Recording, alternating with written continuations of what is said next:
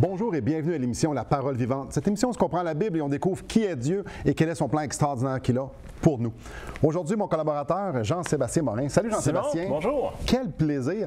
Et depuis quelques émissions, on touche à des sujets qui sont un peu épineux, comme on pourrait dire. Et la dernière fois, on a parlé d'anxiété. On n'a pas couvert assez. J'ai l'impression qu'on puisse continuer notre réflexion sur l'anxiété parce que c'est quelque chose qu'on vit à différents niveaux. On est bombardé à droite puis à gauche de messages anxiogènes et aussi de faire attention à l'anxiété. Maintenant, la Bible nous donne des illustrations, nous donne des moyens, nous donne... L'Évangile est hyper pertinent pour les gens anxieux. J'aimerais ça qu'on puisse continuer de couvrir ce gros sujet-là. Donc, la Bible nous parle d'exemples de gens qui ont vécu de l'anxiété, mais pour différentes raisons. Je te laisse commencer. Écoute, on pourrait commencer au tout début de la Genèse, avec le premier couple, où essentiellement, ils se font dire, la vie avec Dieu, là, c'est pas assez. Fait qu'on a déjà, et déjà c'est peut-être le mensonge de base, Dieu c'est pas assez. Et là, on mentionnait l'image du puits sans fond.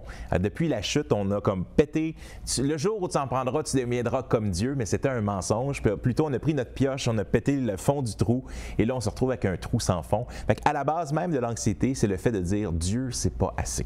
Fait que ça serait un premier exemple biblique d'anxiété. Puis là, ça a provoqué, écoute, ça pétait le monde au complet. Puis c'est là que rentrent les meurtres, les envies, les jalousies et tout ça. Parlons-en des meurtres.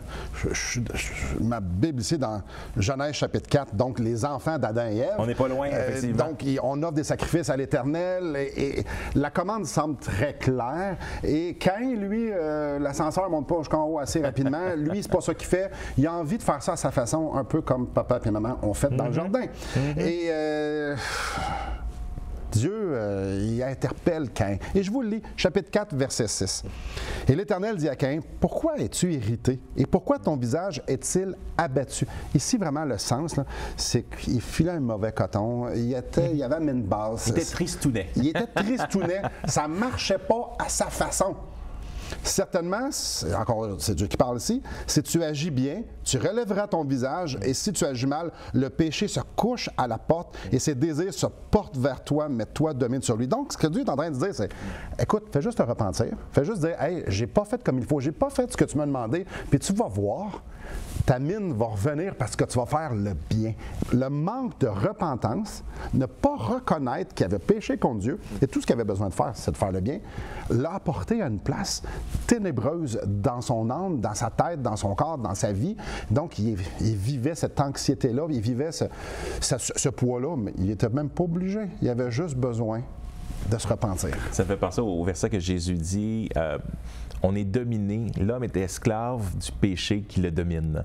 Fait que, et donc, il parle d'un esclavage. Puis donc, à quelque part, l'anxiété, c'est une forme d'esclavage où elle est toujours là, puis c'est un boulet. Il y a quelque chose de lourd. Quand on parle d'anxiété, il y a quelque chose de lourd, il y a quelque chose qui nous dit c'est pas assez. Dans le cas de Caïn, qui regarde et dit Dieu aime plus mon frère ou Dieu aime plus que. Et donc, c'est encore cette recherche. J'aime pas ça, là. C'est la recherche d'être aimé aussi ou d'être valorisé. Il aurait aimé ça que Dieu mette un like sur sa page Facebook avec son image de son offrande, là. Mais c'est pas ce qu'il a fait. Non, pas tant. J'ai un autre exemple en tête, Jérémie. Jérémie, c'est un prophète. Puis un prophète en Israël, c'est quelqu'un d'une grande importance. Mais la mission de Jérémie, c'est que tu vas parler au peuple, tu vas proclamer des vérités que je vais te dire, ils ne t'écouteront pas. Fait que sa vie, son ministère, c'était de dire des choses aux gens et que les gens ne voulaient rien savoir. Donc, ils ont voulu le tuer. Ça a mal été pour la vie de Jérémie. Puis à un moment donné, Jérémie, il arrive là, dans les Lamentations, dans un livre qui s'appelle Les Lamentations. Chiolage. Oui, exactement. Il fait comme, ma vie, là, c'est de la chenoute. Je regarde partout, puis ce que Dieu me demande, c'est dur, c'est pas facile. Puis là, à un moment donné, il y a une bulle d'air qui monte au cerveau, fait comme, oh, attends un peu, mais ce que je veux repasser dans mon cœur, c'est les bontés de l'Éternel se renouvellent. Mais lui, ce que Dieu lui demandait, il y avait une réelle pression sur lui, puis c'était pesant, c'était tout croche, c'était dur. Parce que ces circonstances étaient réellement dures. Il y en a plein d'exemples. T'en as-tu d'autres exemples? L'exemple de Jonas. Dieu appelle un autre prophète puis lui dit « OK, tu vas aller prêcher aux Assyriens qui sont essentiellement des gens qui sont des ennemis d'Israël, des païens, des gens qui ne connaissent pas Dieu. Tu vas aller leur annoncer qu'un jugement s'en vient, puis s'ils ne se repentent pas, la ville est détruite dans 40 jours. » Jonas, il part dans l'autre bord. Il n'y a pas question, je fasse ta volonté, Seigneur. Il dit, moi, je veux rien savoir, ces gens-là, ils ne méritent pas rien. Il s'en va de l'autre côté, puis là, bon, il y a la fameuse tempête, bon, il se fait jeter par-dessus bord, fait avaler par un poisson. Il continue à se battre avec Dieu, puis il dit, OK, d'abord, je vais y aller. Il va, puis un peu avec un contresens, là, repentez-vous, là, ben, je suis pas sûr qu'il était super convaincant dans sa façon de convaincre son message, mais le Saint-Esprit a quand même touché le cœur des gens. Et là, il se met en haut de la petite colline, il fait soleil, Dieu, il fait grandir un arbuste, et là, l'arbuste meurt. Et là, Jonas, il pète sa coche. Tout va mal dans sa vie parce qu'il pense que Dieu l'amène à son malheur, ce qui est une autre façon de mal comprendre, comme dans la Genèse, de penser que Dieu veut ton malheur. Et là, il dit, voyons, et là, son arbuste meurt, il pète une coche, puis il dit, Seigneur, voyons donc, t'enlève-moi la vie. Il est en train de dire, là, ça vaut pas la peine de vivre, tu sais. Et là, il se rend compte qu'il y a plus de compassion, de tristesse pour l'arbuste qui vient de mourir que pour les gens que Dieu lui avait envoyés.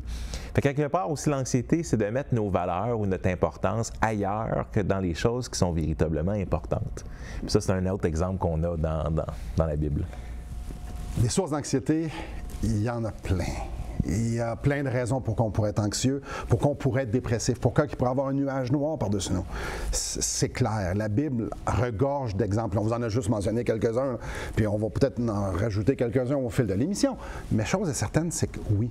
Alors peut-être que ce matin, vous êtes anxieux. Peut-être qu'aujourd'hui, ce soir, vous dites « c'est lourd. Ma vie, c'est ce que Dieu me demande, c'est lourd. Peut-être que j'ai l'impression qu'il me manque quelque chose dans ma vie. » Vous n'êtes pas les seuls. Et il y a une bonne nouvelle à ça, l'Évangile est pertinent. Et c'est pour ça que j'aimerais, avant d'aller à la pause, vous offrir le Nouveau Testament. Le Nouveau Testament dans lequel, justement, le Seigneur nous fait 1001 promesses et qui nous montre à quel point on n'a aucune raison d'être anxieux parce que Christ est suffisant. Là, je suis en train de vendre le punch de la fin, mais on veut vous le donner, le Nouveau Testament, pour que vous puissiez le lire de vous autres mêmes. Donc, tout ce que vous avez besoin de faire, c'est de nous appeler, de nous écrire et de dire « J'aimerais avoir le Nouveau Testament que Simon nous offre et on vous l'achemine tout à fait gratuitement. » Restez avec nous. Après la pause, justement, on va continuer de parler de l'anxiété, de justement ce mal d'être-là, qui est c'est pas confortable, ça se passe pas comme je veux, ou j'anticipe quelque chose qui va faire mal. Restez avec nous, c'est de ça qu'on parle.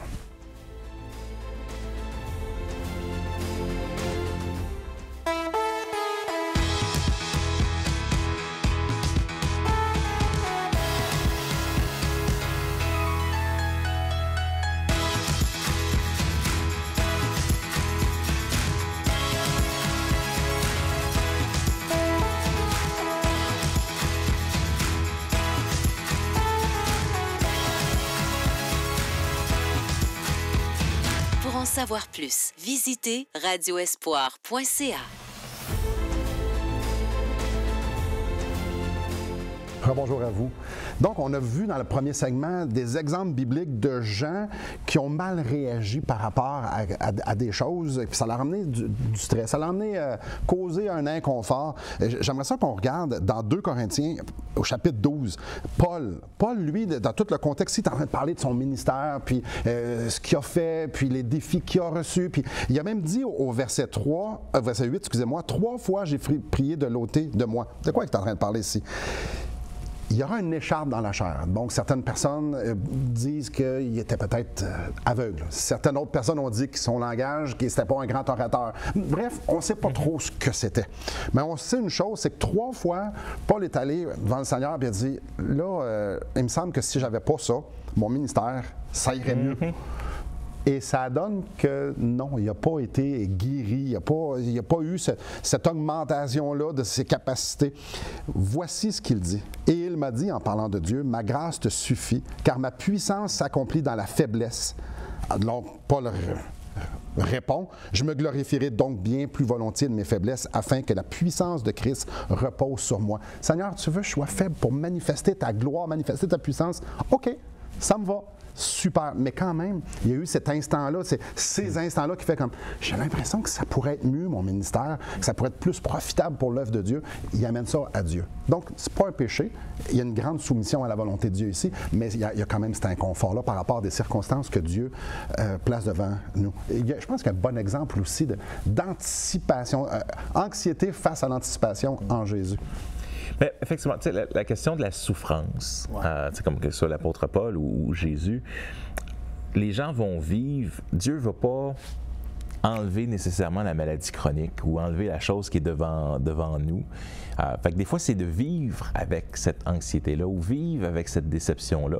Je pense que Paul nous donne un modèle ici, de ma grâce te suffit.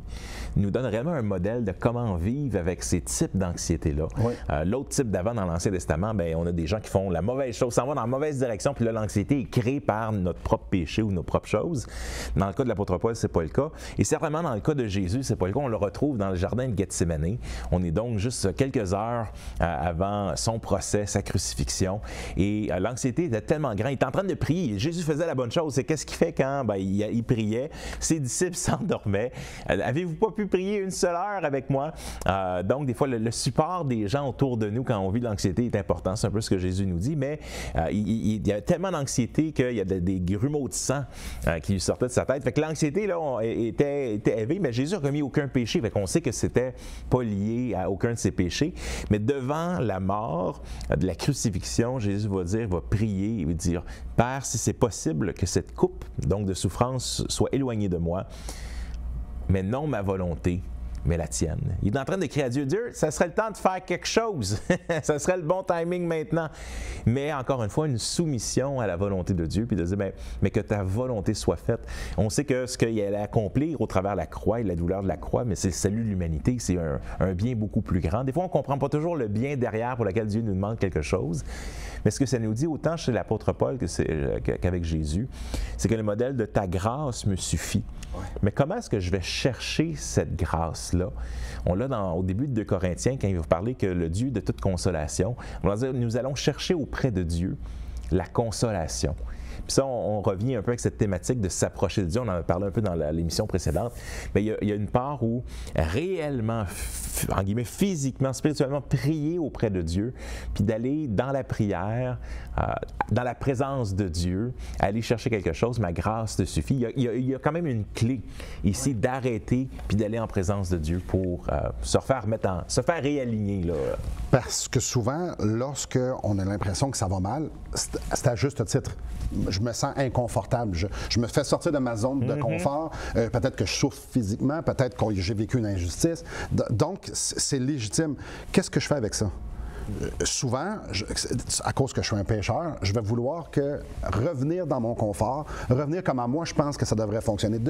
Donc là, je vais aller à Dieu puis je vais dire, Dieu, voici ce que je veux que tu fasses pour moi. OK, c'est pas ça que Jésus a fait, puis c'est exactement pas ça que Paul a fait.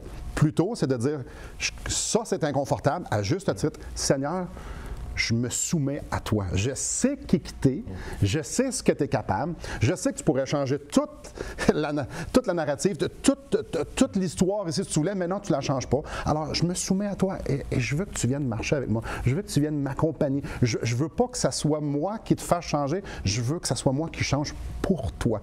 Et ça, c'est une source d'anxiété incroyable quand je prends Dieu comme mon serviteur, parce que là, je veux l'emmener dans mes circonstances en place, que c'est moi qui rentre dans ce que lui est en train de faire.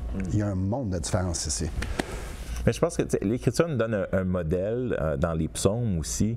Dieu est capable de le prendre. Puis, tu sais, des fois, on a besoin de ventiler. Oui. Puis, mais Dieu est la bonne place. Tu sais, des fois, il y en a un qui dit, Seigneur, pète les dents de tous mes ennemis. Non. Il en passe, mais Dieu est capable de le prendre. Puis, Dieu est capable. Et souvent, à la fin des psaumes, son cœur est changé. Tu sais, ça commence, ça va pas bien, puis tout d'un coup, il se rend compte, il arrive devant Dieu, il se soumet à la souveraineté de Dieu, il prend du temps avec Dieu.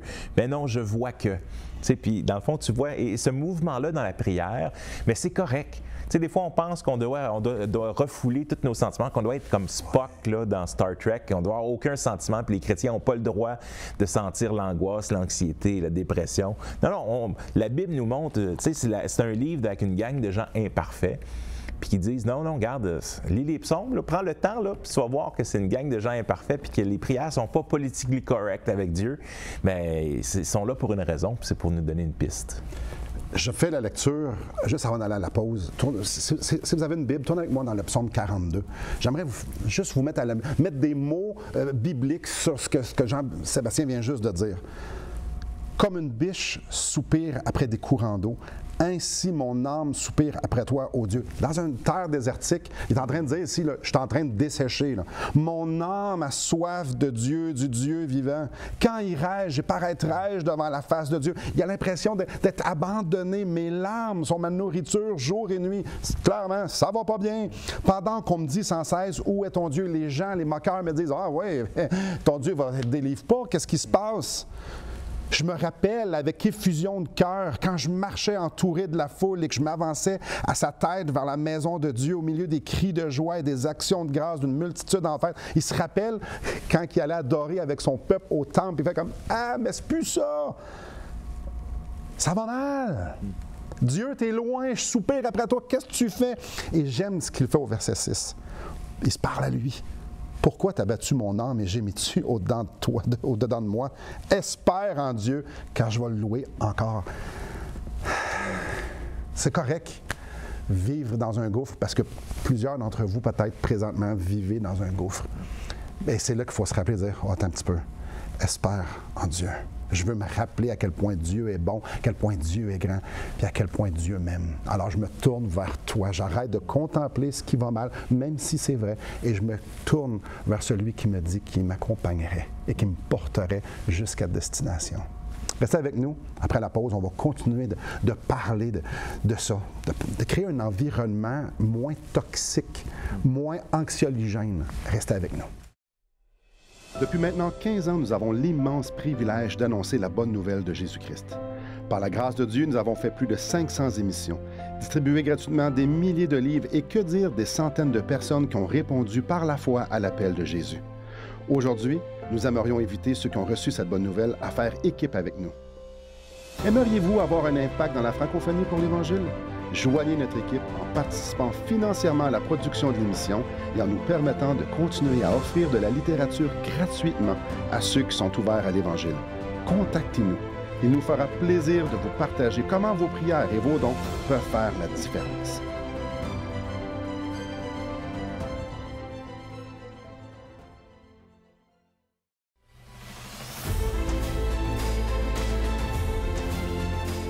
Bonjour à vous. Jean-Sébastien, je t'amène à ma table à souper. J'ai 3 enfants qui sont d'âge adulte. Et puis, à leur poignet, il y a toute une montre intelligente. Et moi, je suis comme toi, j'en ai pas une. En fait, j'en ai une pour faire... stupide. Oui, c'est ça. J'en ai une, mais je la mets jamais avec mon cellulaire.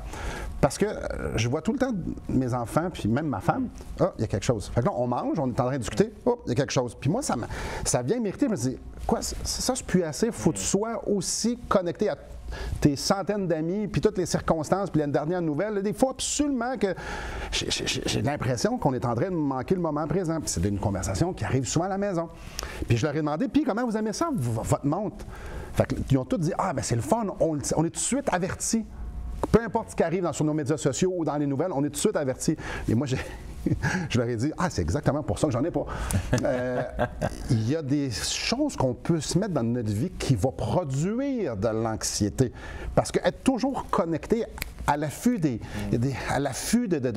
d'informations, de bonnes choses ou de mauvaises choses, ça nous garde sur le qui-vive. Et ça, c'est source d'anxiété. C'est résumé par 2 acronymes que tu as peut-être déjà entendus. FOMO. Fear of missing out, la peur de manquer quelque chose. Et c'est vraiment une grosse source d'anxiété, là. Je veux dire, j'ai quelqu'un dans ma famille, quand le téléphone sonne, elle court, elle s'enfarge partout pour essayer de l'avoir. Répondeur, ça existe, là, où on a comme peur de ne pas vivre dans le moment. Fait que FOMO, c'est une grande peur pour cette génération. Et le deuxième, c'est YOLO. You live only once. Tu vis qu'une seule fois, fait que vis ta vie à plein. Fait que quand tu mets ces deux choses-là ensemble, il y a la peur de manquer. Et effectivement, c'est la raison pour laquelle j'ai une vraie montre. J'ai un pédomètre qui est réellement, un podomètre qui est réellement, il n'est pas connecté à rien. Là, il me dit juste mon nombre de pas. Pourquoi? Parce que j'ai pas de notification sur mon téléphone. Juste parce que ça crée, ça a été démontré, ça crée de la dopamine. Donc, ça crée une réaction chimique dans ton cerveau quand tu entends le dring dring, un peu comme le chien de Pavlov. Oui. Quand la cloche, ça provoquait déjà sa salive de vouloir manger. C'est exactement la même chose. Et ce que ça fait, c'est que quand tu te rends compte qu'après ça, que c'était une annonce de linge ou quelque chose qui vient, là, tu as un crash qui tombe. Et deux, tu perds aussi les personnes qui sont devant toi. Il n'y a rien, personnellement, qui brise plus quelque chose que tu es en train de parler à quelqu'un, là, puis là, tu le vois en train de regarder ses affaires, puis tu y sors, ça brise la relation. Je suis pas assez intéressant, là. C'est pas assez. Les médias sociaux, et même, je dirais même pas juste les médias sociaux, les médias aussi. Il y a des gens qui s'assoient devant leur télévision, ils mettent ça sur RDI ou TVA ou je sais pas trop quoi, puis ils écoutent ça à longueur de journée, des mauvaises nouvelles à longueur de journée, puis encore, puis on regarde la quantité des nouvelles, il y en a qui sont très troublantes. On parle des shootings aux États-Unis, puis un peu partout dans le monde. Ah, c'est troublant. COVID. On a sorti la COVID. 2 ans, COVID a juste à être à tous les moments à attendre le point de presse de qu'est-ce qui allait se passer. Après ça, on n'est pas même sorti là, on est arrivé à une guerre en Ukraine qui va peut-être tourner en 3e guerre mondiale. Après ça, tu as une nouvelle variole, machin. Fait que là, tu te rends compte que ils sont là quand tu es collé, encore une fois, même chose que les réseaux sociaux, ils font une ingénierie pour faire que tu restes le plus longtemps possible. Mais ils t'attirent avec quoi? Les émotions fortes. C'est jamais des bonnes nouvelles.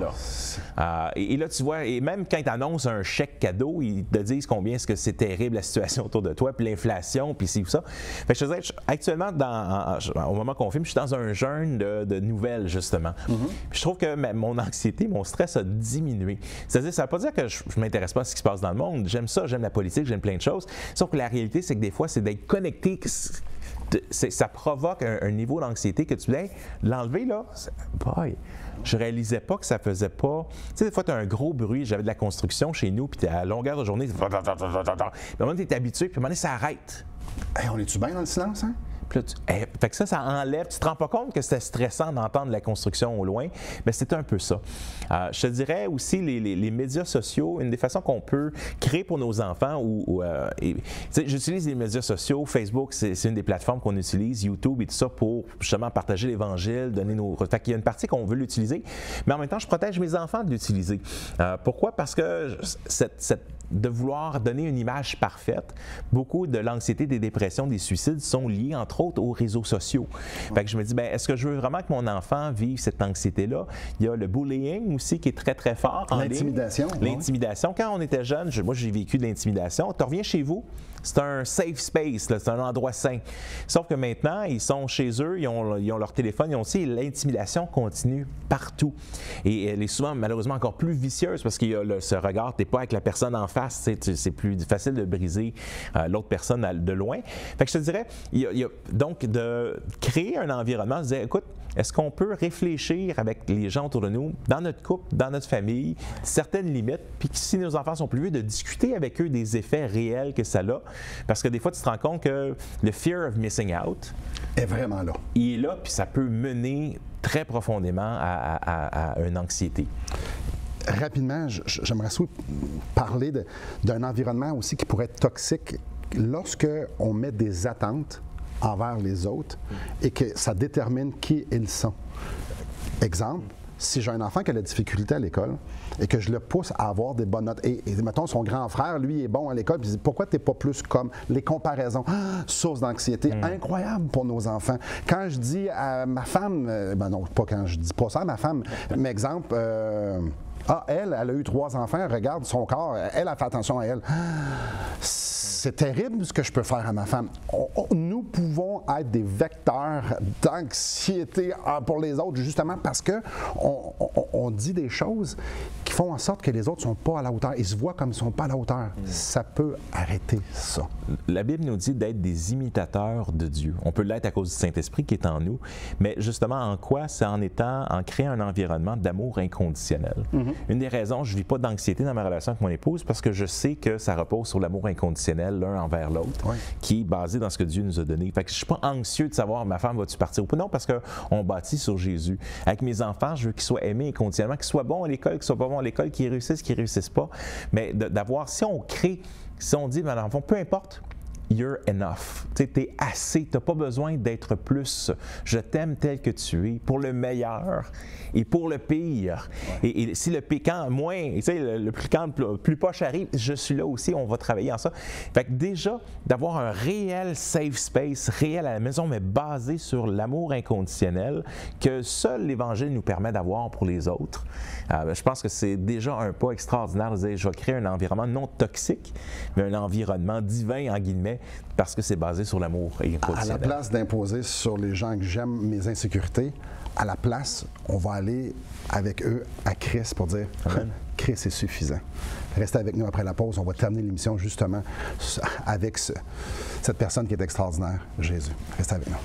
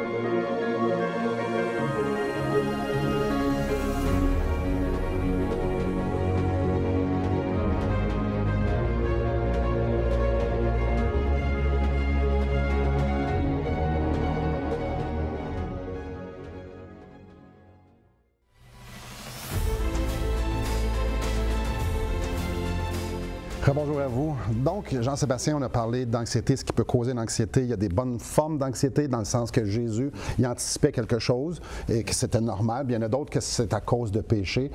OK, un ou l'autre, comment on fait? Qu'est-ce qu'on fait de quelque chose de pratique? Écoute, dans la pratique, je pense qu'on peut prier. Puis ça, n'importe qui, n'importe où, la connexion Wi-Fi est bonne en tout temps. Tu peux te tourner vers Dieu. C'est l'idée de approchez-vous de Dieu. S'approcher de Dieu, c'est mon bien. Fait que tu peux lui dire. Puis ça, peu importe quel âge que tu as, peu importe que tu sois un étudiant, que tu sois une personne à la retraite, peu importe l'anxiété que tu vis, tu peux littéralement maintenant, là où tu es, dire « Dieu, ça va pas bien, viens à mon aide, viens, tu es mon secours, ma forteresse. » Il y a tellement de psaumes. Tu peux donc, prends les psaumes, trouve un passage qui te touche, puis prie le Seigneur. Et dans cette idée-là de prière-là, j'aimerais vous ramener, on en a parlé un petit peu tantôt, j'aimerais vous ramener, ça se trouve dans Matthieu au chapitre 26. Vous allez vite reconnaître qu'est-ce que je suis en train de lire. Au verset 39, « Puis, ayant fait quelques pas en avant, il se jeta sur sa face et pria ainsi, « Mon Père, s'il est possible que cette coupe s'éloigne de moi. Toutefois, non pas ce que je veux, mais ce que tu veux. » Frères et sœurs, oui, avancez-vous devant le Seigneur. Qui vous êtes, mes chers amis, avancez-vous devant le Seigneur. Mais d'abord et avant tout, ce n'est pas votre serviteur. C'est le Dieu créateur. C'est le souverain maître. Alors, c'est nous autres qui rentrent dans ce que lui est en train de faire. Alors oui, c'est correct de dire, je souffre, mais non pas ma volonté. C'est la tienne. Moi, je suis ton serviteur. Mes chers amis, c'est le temps. C'est le temps d'aller à Christ, c'est le temps de dire, Seigneur, sauve-moi. Seigneur, j'ai besoin d'aide. Seigneur, j'ai besoin, viens à ma rescousse. Parce que tu es ma seule solution. Alors que ce soit pour le salut de votre âme, pour le pardon de vos péchés, ou que ce soit pour des temps ténébreux, tournez-vous vers Christ. Il est la seule solution. Merci beaucoup, Jean-Sébastien. Simon, toujours un plaisir. Merci à vous et que le Seigneur vous bénisse.